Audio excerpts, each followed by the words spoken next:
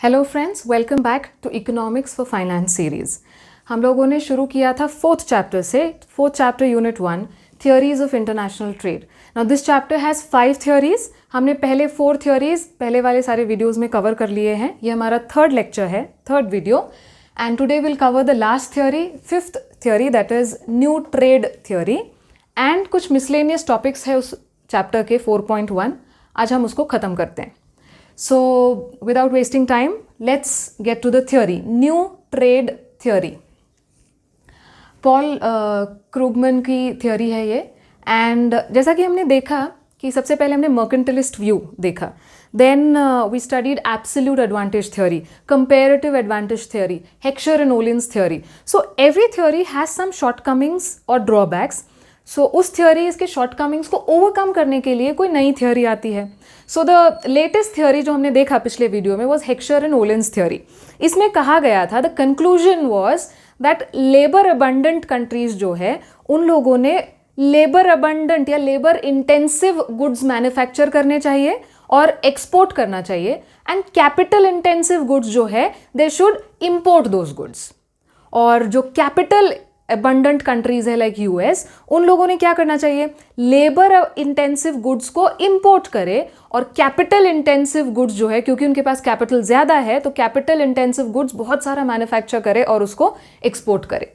So this was the logic of Heckscher and Ohlin's theory. लेकिन उस theory में भी एक ड्रॉबैक है, या रादर वी कैन से एक क्वेश्चन है which that particular theory does not answer, जिसका आंसर हमको न्यू ट्रेड थ्योरी में मिलेगा। अब क्या है वो क्वेश्चन, ये है कि व्हाई डेवलप्ड कंट्रीज और बिग कंट्रीज पार्टनर मतलब ट्रेड करना, trade when they themselves trade in similar goods. Example के तौर पर कार्स। अब इंडिया जो है कार मैन्युफैक्चर करती है, यस। यूएस कार मैन्युफैक्चर करती है, yes. Now if you go to see कि car is more of a capital intensive commodity, and अगर हेक्सचर और ओलिन की थ्योरी के हिसाब से जाए तो क्योंकि वो कैपिटल इंटेंसिव प्रोडक्ट है, US should manufacture and export cars, and India should rather focus on those products which are labour intensive and import cars. लेकिन ऐसा तो नहीं होता, यस। सो यहाँ पे क्या हो रहा है, कार्स जो है एक कैपिटल इंटेंसिव कमोडिटी है, और it is manufactured by both labour intensive country as well as capital intensive country. So Heckscher-Ohlin का theory जो है, theoretically of course it gives a good logic, but practically ऐसा नहीं होता।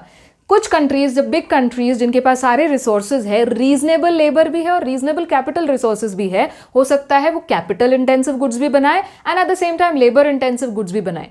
अब वो खुद बनाते हैं तो फिर इंपोर्ट क्यों करते हैं? यस, उसके थ्योरी, हेक्सचर के थ्योरी के हिसाब से तो ऐसा होता है कि अगर आप जो गुड्स बना रहे हो, जो इजीली बना सकते हो, लेबर अबंडेंट कंट्री है या कैपिटल अबंडेंट कंट्री है, you should accordingly export and import. But practically क्या हो रहा है, कार्स एक लेबर इंटेंसिव एक लेबर अबंडेंट कंट्री जो है कैपिटल इंटेंसिव गुड बना रही है, और सिर्फ बना ही नहीं रही है, उसको एक्सपोर्ट भी कर रही है एज वेल एज इम्पोर्ट भी कर रही है। सो ये इंटरनेशनल ट्रेड एक्चुअली ऐसा होता है, क्या है, कैपिटल इंटेंसिव कमोडिटी हो या लेबर इंटेंसिव कमोडिटी हो, it will be manufactured by labour intensive country also, labour abundant country also, and capital abundant countries also, and both the goods will be exported as well as imported by both the countries. Practically तो यही होता है।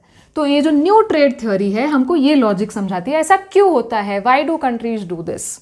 अब example के तौर पर इससे क्या क्या फ़ायदा होगा, क्या एफिशिएंसी बढ़ेगी, यस, एफिशिएंसी, प्राइस कॉम्पिटिटिवनेस। अब अगर डोमेस्टिक कंट्री, हमारी country let's say car manufacture करना बंद कर दे तो क्या होगा, इससे क्या होगा, हमारे जो डोमेस्टिक मार्केट्स है वो यूएस के या बाकी कंट्रीज़ के कार्स से भर जाएंगे, और इससे क्या होगा, हमारा यहाँ पे डेवलपमेंट थोड़ा सा रुक जाएगा। अब इसको उल्टा करते हैं, अगर हम कार सिर्फ खुद की मैन्युफैक्चर्ड कार कंट्रीज में लोगों को बोले कि बस यही यूज़ करो, यूएस से इंपोर्ट नहीं करना है या किसी भी कंट्री से इंपोर्ट नहीं करना है, तो क्या होगा, तो ये हो जाएगा कि डोमेस्टिक हमारे जो प्रोड्यूसर्स है, इंडिया के हमारे जो प्रोड्यूसर्स है, वो उनके पास एक मोनोपोली आ जाएगी, yes, some sort of a monopoly. तो क्या करेंगे, जो चाहिए वो प्राइस लगा देंगे, क्वालिटी थोड़ा थोड़ा डिटीरियोरेट होता रहेगा, कॉम्पिटिशन का फीलिंग ही नहीं रहेगा। सो इसका मतलब ये है कि हमने कैपिटल इंटेंसिव हो या लेबर इंटेंसिव हो, दोनों प्रोडक्ट्स बनाने भी चाहिए एंड उसको एक्सपोर्ट भी करें एज वेल एज इम्पोर्ट भी करें। इससे क्या होगा, हमारी एफिशिएंसी बढ़ेगी। जब इंटरनेशनल मार्केट के अच्छी गाड़ियां मार्केट में आएंगी तो हमारे जो डोमेस्टिक प्रोड्यूसर्स है उनमें भी जोश आएगा, यस हमको भी बहुत अच्छा कार बनाना है, इससे भी बेटर हमको परफॉर्म करना है। So it will increase efficiency and as I said monopoly नहीं रहेगी तो प्राइस कॉम्पिटिटिवनेस हो जाएगा और प्लस हम हमारे रिसोर्सेज का ऑप्टिमम यूटिलाइजेशन कर पाएंगे, हमारे सारे रिसोर्सेज का ऑप्टिमम यूटिलाइजेशन। सो जैसा कि कहा कि ऑल्दो हमारे पास लेबर बहुत ज़्यादा है और कैपिटल कम है, पर ऐसा तो नहीं ना कि कैपिटल बिल्कुल भी नहीं है। सो हमारे पास टेक्नोलॉजी है, यस। सो उसका यूज़ हम कैसे करें अगर हम लोग कैपिटल इंटेंसिव गुड्स बनाना बंद कर दे या कम कर दे तो। सो न्यू ट्रेड थ्योरी कहता है कि भाई सारे कंट्रीज सब बनाओ और सब एक्सचेंज भी करो, इंपोर्ट भी करो, एक्सपोर्ट भी करो, इससे ये सारे फायदे होंगे। एक और फायदा होता है नेटवर्किंग बेनिफिट्स। अब ये नेटवर्किंग बेनिफिट्स क्या होते हैं, अब आपने एग्जाम्पल के तौर पर देखा होगा कि बहुत सारे टीवी, एक टेलीविजन सेट्स जो है, टेलीविजन सेट भी एक ऐसा एग्जाम्पल है जो इंडिया में भी मैन्युफैक्चर होता है, इसके बावजूद हम लोग इंपोर्ट भी करते हैं और इंडियन टेलीविजन सेट्स जो है वो बाहर भी जा रहे हैं। तो अब होता क्या है ना, ऐसा नहीं कि इंडिया टेलीविजन सेट्स मैन्युफैक्चर नहीं कर सकता, Onida, Videocon, they are doing very well, yes, Micromax. अब सीन ऐसा है कि अगर अमेजोन क्या कर रहा है, इंडिया के टेलीविजन सेट्स जैसे ओनिडा हो गया या फिर वीडियोकॉन है, उसको दूसरे कंट्रीज तक ले जा रहा है और दूसरी कंट्रीज भी इस तरह के इंपोर्ट्स अलाउ कर रही है, तो हम भी एक फेवर करेंगे। हम क्या करेंगे, हमारे सारे स्मार्ट टीवीज जो है आपने देखा होगा उसमें ऑलरेडी इंस्टॉल्ड होते हैं कुछ ऐप्स, एग्जाम्पल के तौर पर नेटफ्लिक्स। इनफैक्ट कुछ रिमोट्स में नेटफ्लिक्स का एक सेपरेट बटन भी होता है। तो ये जो है ये एग्जाम्पल है नेटवर्किंग बेनिफिट्स का। हमारे जो कंट्रीज में फोन्स आएंगे हम उसमें अमेजोन पहले से चिपका कर भेजेंगे, यस, नेटफ्लिक्स पहले से आप लगा कर भेजेंगे। अब इसकी परमिशंस क्यों मिल रही है, ये नेटवर्किंग बेनिफिट्स है। अगर आप खुद बना रहे हो, अरे मैं तो सब कुछ बनाता हूँ, सब कुछ मैन्युफैक्चर करता हूँ, हमें कुछ इंपोर्ट नहीं करना, यस, हम सब एक्सपोर्ट करेंगे, तो पहली बात तो आपके एक्सपोर्ट्स कोई खरीदेगा नहीं, और खरीद भी लेता है, आप सेल्फ सफिशिएंसी एक्वायर करने अगर जाओगे, एक तो ये पॉसिबल नहीं है, और दूसरा क्योंकि इसको बहुत सारे ये सारे बेनिफिट्स आपको नहीं मिलेंगे और आपको नेटवर्किंग बेनिफिट्स भी नहीं मिलेगा। So new trade policy says capital intensive या लेबर इंटेंसिव सब गुड्स बनाओ, वेदर आपकी कंट्री लेबर अबंडेंट कंट्री है या capital abundant country. So this is what the new trade policy says. Now quickly let's move to some miscellaneous topics. इसी topic में chapter 4.1 theories of international trade, international trade के बारे में कुछ बताया है। Complexity, international trade is very complex as compare to domestic trade, मतलब India के अंदर अपना डोमेस्टिक ट्रेड जो है उसके कंपैरिजन में इंटरनेशनल ट्रेड थोड़ा कॉम्प्लेक्स है। वाई? पहला वाला heterogeneity of customers and currency. So India के कस्टमर्स को क्या चाहिए ये जानना थोड़ा इजी हो जाएगा, because the buying patterns will be same है। जैसे वी कैन प्रेडिक्ट इंडिया में क्या है, दिवाली के वक्त हो गया या फिर दशहरा के वक्त है, ईद के वक्त हो, ये कुछ फेस्टिवल्स है, यस, क्रिसमस के वक्त, न्यू ईयर के वक्त, ये फेस्टिवल्स के वक्त बाय डिफॉल्ट कपड़े ज़्यादा खरीदे जाएंगे। अक्षय तृतीया का एक मुहूर्त आता है जिसमें गोल्ड ज़्यादा परचेज होगा। So it's very easy to predict the market behaviour in domestic market, लेकिन इंटरनेशनल मार्केट का जो बिहेवियर है उसको प्रेडिक्ट करना थोड़ा डिफिकल्ट हो जाता है, बिकॉज हेट्रोजेनिटी मतलब अलग, डिफरेंस। सो वहाँ के जो कस्टमर्स है या उनके बाइंग पैटर्न्स काफ़ी अलग होंगे, करेंसी भी अलग होगा। देखो प्रोडक्ट प्राइसिंग में भी इसका इफेक्ट पड़ता है। प्रोडक्ट प्राइसिंग कैसे, अब इंडियन रुपीज़ में हम चार्ज कर रहे हैं, अगर कोई चीज़ सपोज 35 रुपए की है, 35 रुपीज़ का है, अब उसको करेंसी लेट्स से यूएस में करना है या पाउंड में करना है, तो क्या प्राइस करें हम हमारे प्रोडक्ट को, यस। सो करेंसी चेंज होने की वजह से भी प्राइसिंग में हमको थोड़ा ध्यान देना पड़ता है। जैसे यहाँ पे हम कोई भी प्रोडक्ट है ना 400 का रखो तो महंगा लगता है, 399 कर दो तो सस्ता होता है। अब यही चीज़ आप पॉन्ड्स इसमें अगर करना चाहोगे, डॉलर्स में करना चाहोगे तो सेंट्स के हिसाब से आपको डिस्काउंट देना पड़ेगा। तो प्राइसिंग स्ट्रैटेजी इसी तरह की same to same pricing strategy वहाँ पे काम नहीं करेगी। Next is different legal system. अब लीगल सिस्टम क्या है, वहाँ के लॉज रेगुलेशंस क्या है, रेस्ट्रिक्शंस क्या है, कुछ कमोडिटीज़ कंप्लीटली बैंड है। आपने सुना होगा कि बहुत सारे एयरपोर्ट्स पे अगर आप कुछ चीज़ें कैरी करते हो तो कुछ कंट्रीज़ के एयरपोर्ट्स पे वो चीज़ें कंप्लीटली बैंड है। जैसे हमारे यहाँ पे तो वो काफ़ी नॉर्मल माना जाता है, बट किसी और कंट्री में वही चीज़ बैंड हो सकती है। सो रेस्ट्रिक्शंस हो सकते हैं।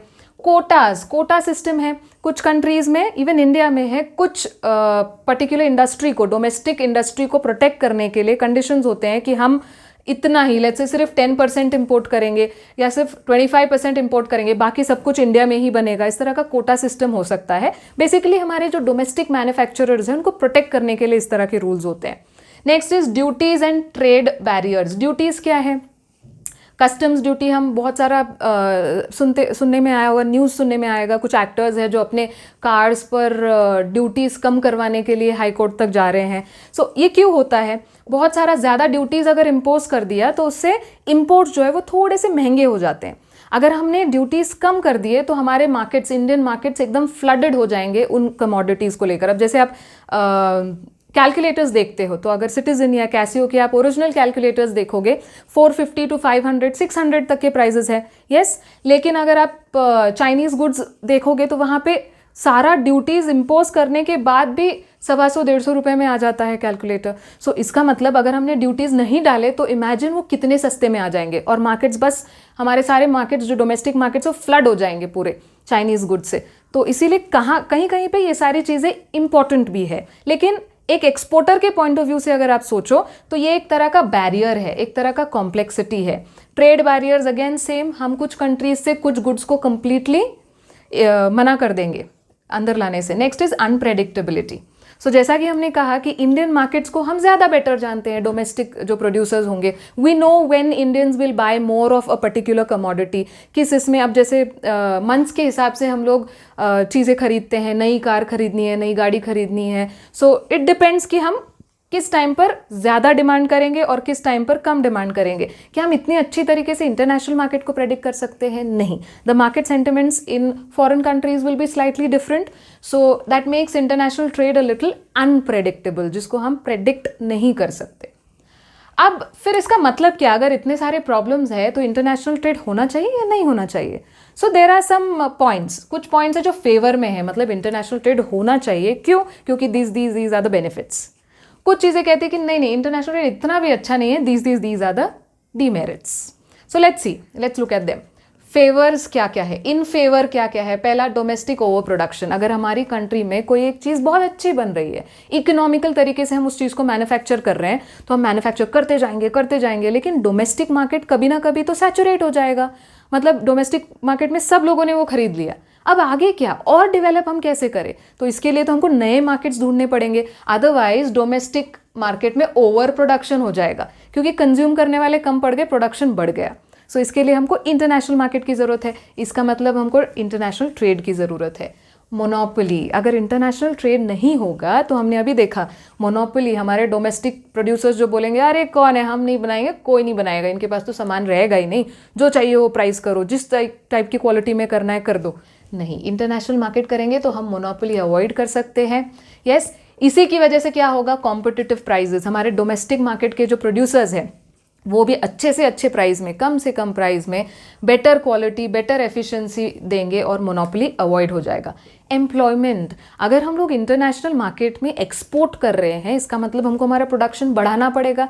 प्रोडक्शन बढ़ाने का मतलब है एम्प्लॉयमेंट बढ़ेगा।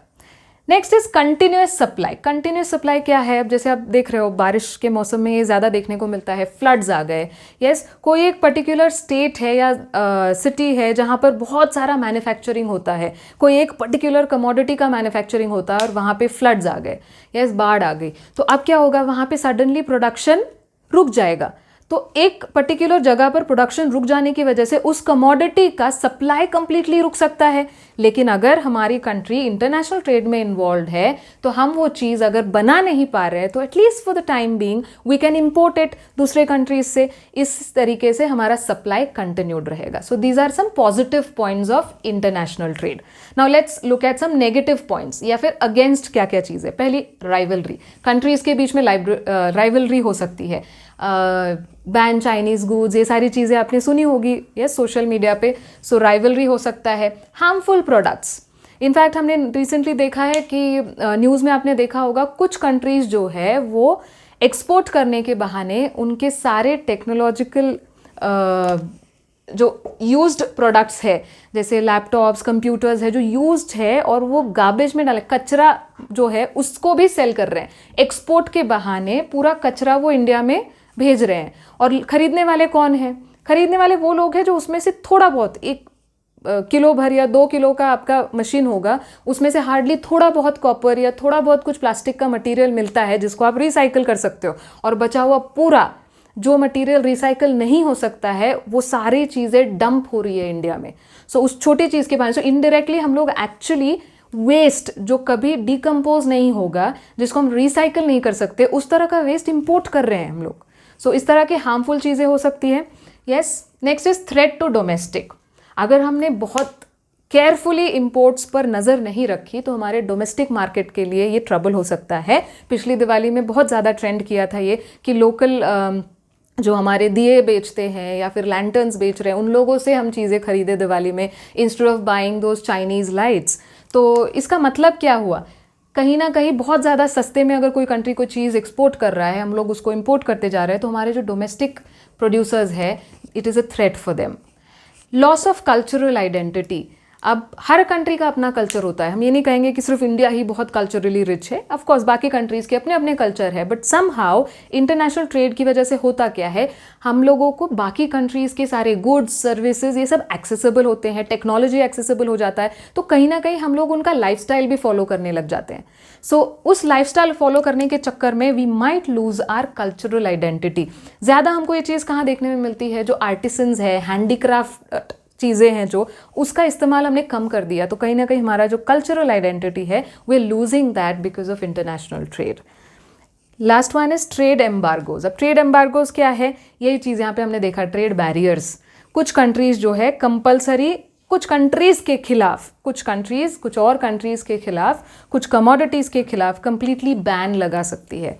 Like we also have certain commodities जो हम दूसरे कंट्रीज से नहीं इंपोर्ट करते हैं, सो उसको हम बोलेंगे ट्रेड एम्बार्गो। एम्बार्गो बैरियर्स लगाना या बैन करना completely, trade embargoes. So this was about international trade. International trade क्यों कॉम्प्लेक्स है, why is it favourable, why should we have international trade, some points against it, negative points क्या है international trade के, और हमारा last theory जो रह गया था new trade theory. So with this हमने 5 थ्योरीज कवर कर लिए, मिसलेनियस टॉपिक्स हो गया है, chapter 4 unit 1 theories of international trade is done. As promised हम पूरा सिलेबस कवर करने वाले हैं, वेरी सुन हम लोग यूनिट 2 के साथ आएंगे। And if you want the notes, as I said, short में अगर आपको नोट्स चाहिए, पूरा चैप्टर 2 या 3 पेजेस में सम अप करके, सो दैट एग्जाम से पहले आप क्विक रिविजन कर पाए एंड आंसर्स लिखने में हेल्प हो, आपका ईमेल आईडी कमेंट सेक्शन में ड्रॉप करना, और you can even give it on the Facebook page. So I hope you like the lecture. Thank you. Happy learning.